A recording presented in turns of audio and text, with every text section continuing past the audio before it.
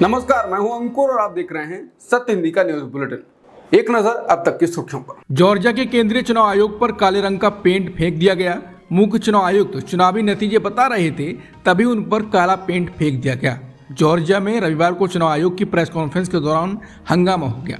आयोग के प्रमुख संसदीय चुनाव के नतीजों की घोषणा कर रहे थे, तभी उन पर एक व्यक्ति ने काला पेंट फेंक दिया। ये घटना तब हुई जब सीईसी पिछले महीने हुए संसदीय चुनावों के परिणामों की घोषणा करने वाले थे। बता दें, चुनावों के कारण विपक्ष ने कई सप्ताह तक विरोध प्रदर्शन किया था और व्यापक धोखाधड़ी और रूसी हस्तक्षेप के आरोप लगाए थे। विपक्षी समर्थकों ने मतदान को धांधली बताया और नतीजों को खारिज कर दिया है। हालांकि जॉर्जियन ड्रीम ने इस आरोप से इनकार किया है। रूस यूक्रेन युद्ध रुकने का नाम नहीं ले रहा है और अब अमेरिका के इस कदम से दोनों देशों में और खून खराबा बढ़ने वाला है। दरअसल चुनाव हार चुके और जाने वाले अमेरिकी राष्ट्रपति जो बाइडेन ने यूक्रेन को रूस के अंदर गहराई दूरी तक हमला करने के लिए अमेरिका द्वारा दी गई लंबी दूरी की मिसाइलों का इस्तेमाल करने की अनुमति दे दी है। इससे हथियारों पर प्रतिबंधों में ढील दी गई है। हालांकि इस घटना पर ट्रंप की ओर से पहला रिएक्शन आया है और ये सवाल भी उठने लगे हैं कि बाइडेन का लास्ट मोमेंट इस कदम को हाँ करना क्या ट्रंप को गुस्सा दिलाएगा। इस बीच अब ये खबर आ रही है कि ट्रंप बाइडेन के इस फैसले की समीक्षा कर सकते हैं। ट्रंप की टीम के एक सदस्य ने ये बात ना छापने की शर्त पर रूस की न्यूज़ एजेंसी से कही। उन्होंने कहा कि इन मिसाइलों के इस्तेमाल को लेकर बाइडेन का फैसला था और ट्रंप के सत्ता में आने के बाद फैसले की समीक्षा की जा सकती है। अमेरिका ने यूक्रेन को लंबी दूरी की मिसाइलों का रूस की सीमा के अंदर इस्तेमाल करने की अनुमति दे दी है। इस मुद्दे पर यूक्रेन के राष्ट्रपति वोलोदिमिर जेलेंस्की ने प्रतिक्रिया दी। वोलोदिमिर जेलेंस्की ने कहा कि मैं अपने उन साझेदारों का आभारी हूं जो कि एयर डिफेंस सिस्टम को लेकर हमारा समर्थन करते हैं। उन्होंने कहा कि हमें अभी भी अपने सहयोगियों से ज़रूरी सुविधाएं नहीं मिली हैं, लेकिन हम लक्ष्य हासिल करने की दिशा में काम करना जारी रख रहे हैं। जेलेंस्की ने कहा कि यूक्रेन को मजबूत करने के लिए जो मैंने विक्ट्री प्लान पेश किया था, इसमें लंबी दूरी तक हमला करने की क्षमता शामिल थी। मीडिया में बहुत कुछ कहा गया है कि हमें मंजूरी मिल गई है, लेकिन हमला शब्दों से नहीं किया जाता, इन बातों की घोषणा नहीं की जाती, मिसाइलें खुद ही बोलेंगी। अमेरिका ने यूक्रेन को रूस में लंबी दूरी तक मिसाइल से हमला करने की अनुमति दी है। इस पर क्रेमलिन के प्रवक्ता दिमित्री पेस्कोव ने कहा है कि रूस मानता है कि रूस के अंदर मिसाइलों को लॉन्च करने के फैसले का मतलब तनाव बढ़ने का एक नया दौर है। पेस्कोव ने कहा कि अगर ऐसा फैसला वास्तव में लिया गया है तो निश्चित रूप से ये तनाव और बढ़ाएगा और इस संघर्ष में अमेरिका की भागीदारी के संदर्भ में नई स्थिति है। उन्होंने जोर देकर कहा कि हम इससे आगे बढ़ रहे हैं। दिल्ली जैसे कई शहरों में जहरीले प्रदूषण से आदमी परेशान है। इस बीच भारत के पर्यावरण मंत्री भूपेंद्र यादव को लेकर लोग चर्चा कर रहे हैं, उनके कामों पर ध्यान दे रहे हैं। लोग ट्वीट कर कह रहे हैं कि भारत के पर्यावरण मंत्री भूपेंद्र यादव की ट्विटर एक्टिविटी का पिछले कुछ दिनों का हल्का इतिहास क्या है। उनका कहना है कि पर्यावरण मंत्री ने मोदी के ट्वीट्स को रीट्वीट किया है 123 बार, अमित शाह के ट्वीट्स को रीट्वीट किया है 65 बार, त्योहार की शुभकामनाएं दी हैं 45 बार, चुनाव प्रचार पोस्टर शेयर किए हैं 57 बार, लेकिन प्रदूषण को कम करने के लिए कोई समाचार, कोई न्यूज़, कोई समाधान संबंधित ट्वीट किया है 0। उनका कहना है कि ये समय ऐसा है जब दिल्ली और एनसीआर में प्रदूषण इमरजेंसी लगानी पड़ी है। लोगों का कहना है कि मंत्री को मोदी और उनका प्रचार दिख रहा है, खुद का काम नहीं। भारत में क्लाइमेट चेंज, जलवायु परिवर्तन के प्रभाव पर एक नई रिपोर्ट में इस बात पर प्रकाश डाला गया है कि देश में 2057 तक अधिक गर्मी, बारिश के पैटर्न में बदलाव, बाढ़ और सॉइल फर्टिलिटी में कमी देखी जा सकती है। और अगर ये हाई एमिशंस के रास्ते पर जारी रहता है तो भारत में औसत वार्षिक अधिकतम तापमान 2047 तक 1.5 डिग्री सेल्सियस बढ़ सकता है। 17 नवंबर को प्रकाशित अजीम प्रेमजी विश्वविद्यालय की नई रिपोर्ट बता रही है कि कैसे गर्मी, सूखा और तेज बारिश जैसी मौसम की घटनाएं समुदायों, कृषि और प्राकृतिक संसाधनों को प्रभावित कर सकते हैं। उत्तर भारत के लद्दाख, कश्मीर में सबसे अधिक तापमान बढ़ने की उम्मीद है और उसके बाद उत्तराखंड, राजस्थान और गुजरात जैसे राज्य आते हैं। इसके अलावा राजस्थान और गुजरात में 2043 तक सामान्य तौर पर बहुत अधिक वर्षा हो सकती है, जबकि अरुणाचल प्रदेश, सिक्किम और पूर्वोत्तर के अन्य हिस्सों में वार्षिक वर्षा में 15% तक की कमी देखी जा सकती है। वर्षा अधिक होने से बाढ़ और भूस्खलन सहित जलवायु प्रेरित आपदाओं में वृद्धि की उम्मीद की जा सकती है, विशेष रूप से गुजरात, लद्दाख और राजस्थान जैसे शुष्क क्षेत्रों में। घने कोहरे की वजह से सोमवार को दिल्ली में ट्रेन और फ्लाइट ऑपरेशन पर भारी असर पड़ा। रोशनी में कमी की वजह से दिल्ली हवाई अड्डे पर 118 डिपार्चर और 43 अराइवल वाली 160 से अधिक उड़ानें सुबह 8:30 बजे तक सस्पेंड रहीं। डिपार्चर में औसतन 22 मिनट की देरी हुई और सुबह 7 उड़ानें रद्द कर दी गई। दिल्ली में सरकारी दफ्तरों का समय भी बदल गया है। दिल्ली में धुंध के कारण सोमवार को नई दिल्ली और आनंद विहार रेलवे स्टेशनों पर आने वाली 28 से अधिक ट्रेनें 2 से 9 घंटे की देरी से पहुंची। इसके अलावा दिल्ली के मुख्यमंत्री आतिशी ने प्रदूषण के स्तर को कम करने में मदद के लिए कार्यालय के समय को अलग अलग करने की घोषणा की है। केंद्र सरकार के कार्यालय सुबह 9 बजे से शाम 5:30 बजे तक, दिल्ली सरकार के कार्यालय सुबह 10 बजे से शाम 6:30 बजे तक और दिल्ली नगर निगम कार्यालय सुबह 8:30 बजे से शाम 5 बजे तक संचालित होंगे। सुप्रीम कोर्ट ने राजधानी दिल्ली में प्रदूषण के स्तर में खतरनाक बढ़ोतरी को बावजूद ग्रेडेड रिस्पॉन्स एक्शन प्लान यानी GRAP के चरण 4 को लागू करने में देरी पर सोमवार को नाराजगी जताई। जस्टिस अभय एस ओका और जस्टिस ऑगस्टीन जॉर्ज मसीह की बेंच ने सवाल पूछे। इस दौरान सुप्रीम कोर्ट ने दिल्ली NCR में शामिल राज्यों से कहा कि वो खतरनाक प्रदूषण स्तर को देखते हुए कक्षा 12 तक की फिजिकल क्लास आयोजित करने पर निर्णय लें। सुप्रीम कोर्ट ने कहा कि GRAP लेवल 4 के तहत प्रतिबंध जारी रहने चाहिए, भले ही AQI 450 से नीचे चला जाए।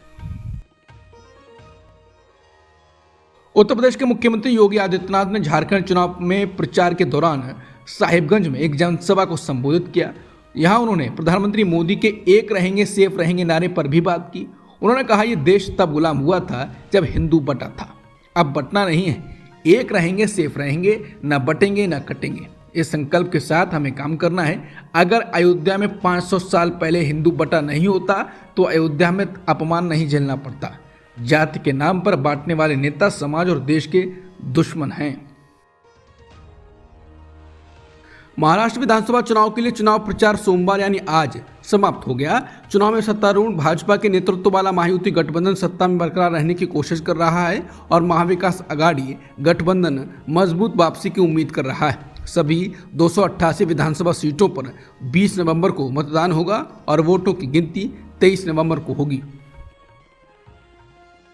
महाराष्ट्र विधानसभा चुनाव को लेकर प्रचार का दौर सोमवार को थम गया। इस चुनाव के लिए प्रचार के दौरान चुनाव क्षेत्र से लेकर सोशल मीडिया पर घमासान दिखा। इस बीच राजनीतिक पार्टियों के सोशल मीडिया पर चुनाव प्रचार को लेकर 5 सामाजिक संगठनों ने एक साथ आकर एक रिपोर्ट जारी की है। इस रिपोर्ट में दावा किया गया है कि 2024 के महाराष्ट्र विधानसभा चुनाव में फेसबुक चलाने वाली मेटा कंपनी के विज्ञापनों में महायुति गठबंधन को तरजीह दी जा रही है। इस रिपोर्ट में दावा किया गया है कि मेटा ने इस कैंपेन के लिए अपने नियमों में भी बदलाव किया है और बीजेपी को कानून तोड़ने की आज़ादी दी।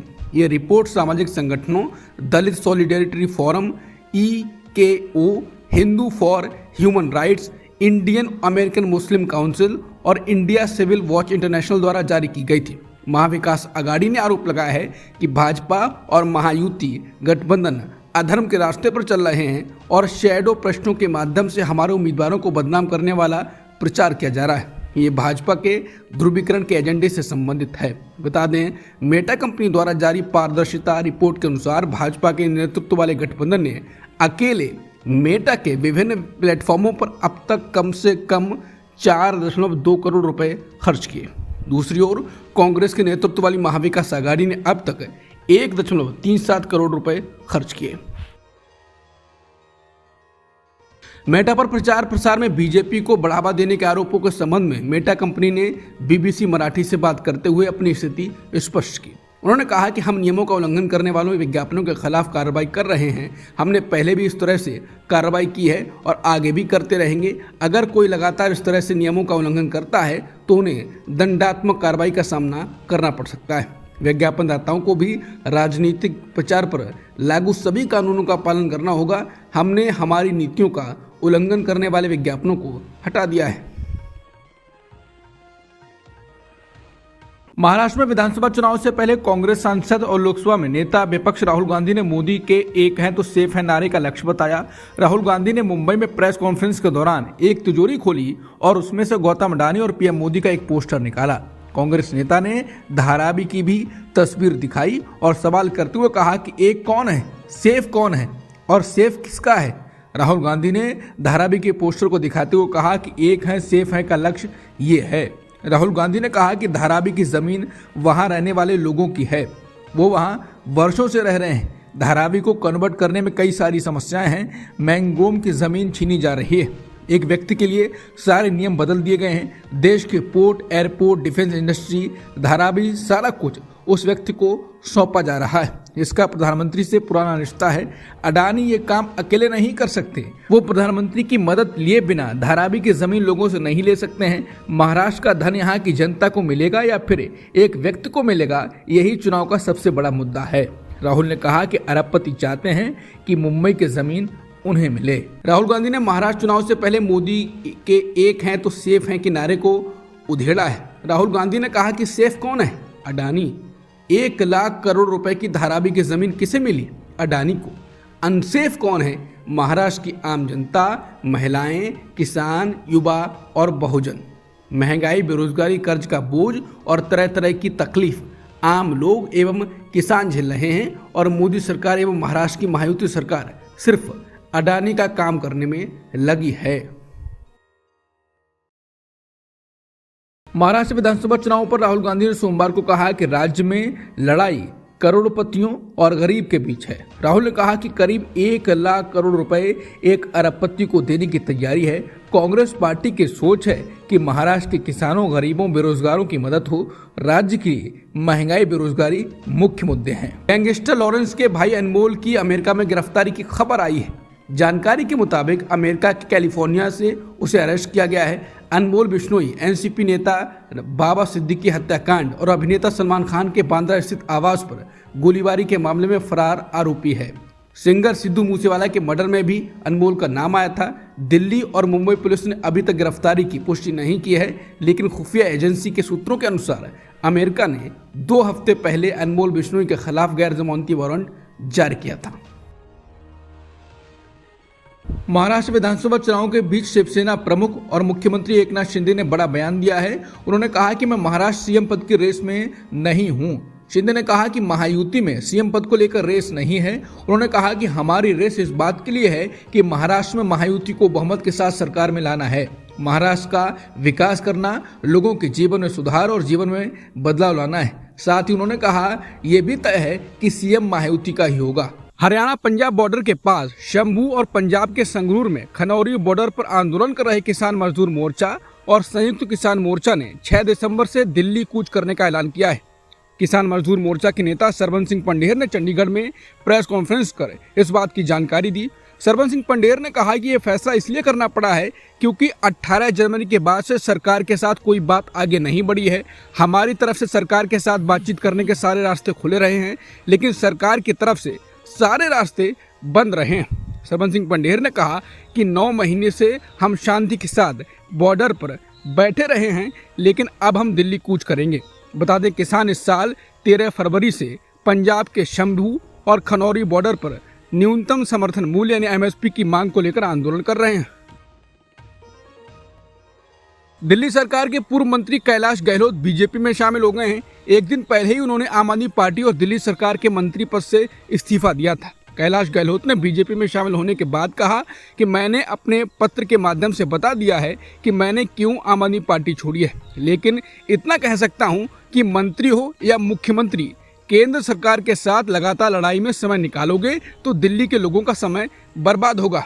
बता दें, अगले साल दिल्ली में विधानसभा चुनाव होने हैं और उससे पहले कैलाश गहलोत के बीजेपी में शामिल होने। मणिपुर में बेकाबू होती हिंसा के बीच अब बीरेन सिंह सरकार को उसके गठबंधन के साथी ने झटका दिया है। कोनराड संगमा की पार्टी नेशनल पीपुल्स पार्टी यानी एनपीपी ने मणिपुर में भाजपा के नेतृत्व वाली सरकार को समर्थन वापस ले लिया है। पार्टी ने इसके लिए राज्य में हिंसा का हवाला दिया है। कोनराम संगमा ने भाजपा के राष्ट्रीय अध्यक्ष जेपी नड्डा को पत्र लिखा और कहा कि हमें पक्का लगता है कि बीरेन सिंह सरकार संकट को हल करने और सामान्य स्थिति बहाल करने में पूरी तरह फेल रही। बता दें 60 सीटों वाली मणिपुर विधानसभा में एनपीपी के 7 विधायक हैं। कुछ विधायक पहले से ही नाराज चल रहे हैं, तो सवाल है कि क्या बीरेन सिंह के सामने अब सरकार बचाने की मुश्किल खड़ी हो गई है। द इंडियन एक्सप्रेस की रिपोर्ट के अनुसार एनपीपी के एक विधायक ने नाम ना बताने की शर्त पर कहा कि सरकार पहले से ही 7 भाजपा कुकी विधायकों के साथ मतभेद में है। अब 7 एनपीपी विधायकों के बिना उन्हें विधानसभा में अपना बहुमत साबित करने के लिए संघर्ष करना पड़ेगा। एनपीपी के समर्थन वापस लेने के बाद सरकार पर सवाल खड़े हो रहे हैं। बीजेपी विधायकों का एक गुट भी एन बीरेन सिंह से नाराज है। उनका कहना है कि एन बीरेन सिंह तमाम कोशिशों के बाद भी राज्य में हालात सामान्य नहीं कर सके। बता दें कुछ महीने पहले बीजेपी के 19 विधायकों ने केंद्र सरकार को ज्ञापन सौंपकर बताया कि राज्य में हिंसा खत्म करने के लिए क्या क्या किया जाना चाहिए।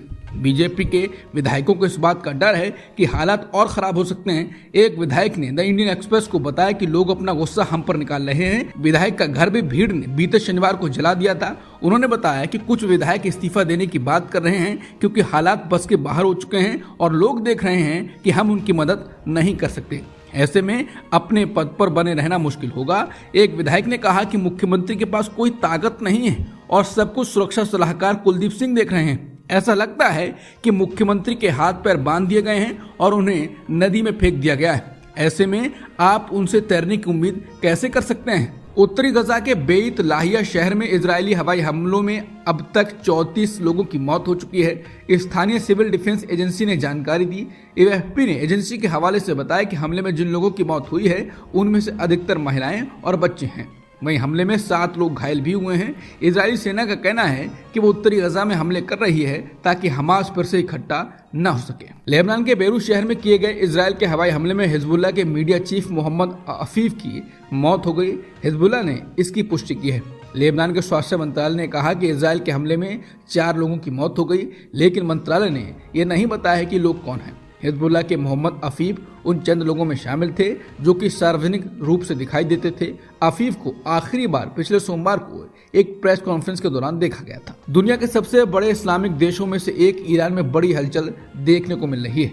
पहले तो ये देश इजरायल से युद्ध लड़ रहा था, उसमें व्यस्त था। वहीं दूसरी तरफ अचानक से सुप्रीम लीडर अयतुल्लाह अली खामनी द्वारा अपने बेटे मुज्तबा को उत्तराधिकारी बनाए जाने की खबर ने सबको चौंका दिया है। हालांकि अभी तक ईरान की तरफ से इसकी आधिकारिक पुष्टि नहीं हुई है। बता दें ये बात ईरान इंटरनेशनल की एक रिपोर्ट में सामने आई है। ऐसा दावा किया जा रहा है कि अधिकारियों ने पिछले महीने एक सीक्रेट मीटिंग के दौरान खामेनेई के उत्तराधिकारी का चुनाव किया। बता दें Mojtaba Khamenei Ayatollah Ali Khamenei के दूसरे बेटे। अब तक की सुर्खियों में इतना ही। बाकी खबरों के लिए बने रहिए सत्यहिंदी.com के साथ।